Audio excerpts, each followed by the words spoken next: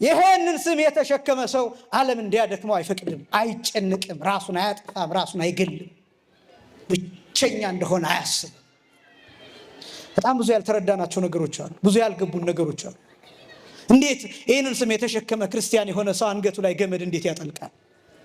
እንዴት ከ10ኛ ፎቅ ተፈጥፍጦ ይሞታል? እንዴት ተስፋ ቢስ ይሆናል? እንዴት በጨለማ ውስጥ ይኖራል? እንዴት ብቻዬን ነኝ ይላል? እንዴት ሰዎች ጠሉኝ ብሎ በዚህ ያጉረመርማል? እንዴት ሰዎች አልተቀበሉኝም ይላል? ይህንን ስም የተሸከመ ሰው ዓለም እንደሚጠላው ካላወቀ እንዴት በዚህ ምክንያት ራሱን ይገላል? ራሱን ጸጥ ያደርጋል? እንዴት ራሱን ወደ ሲኦል ይወረውራል? እንዴት ሌላ ነገር ውስጥ ይገባል? እንዴት ሱስ ውስጥ ይገባል? እንዴት አልባሌ ነገር ውስጥ ይገባል?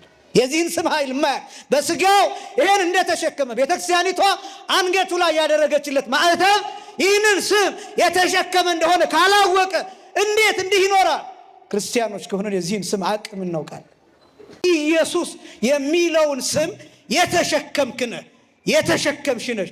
ስሙ ባንቺ፣ ስሙ ባንተ፣ ስሙ በሁላችን እንዲኖር የተጠራንን ክርስቲያን ማለት እንደሱ ነው። ክርስቶስ የሚለውን ስም፣ አማኑኤል የሚለውን ስም፣ መድኃኔ ዓለም የሚለውን ስም ተሸክሞ የሚዞር ማለት ነው።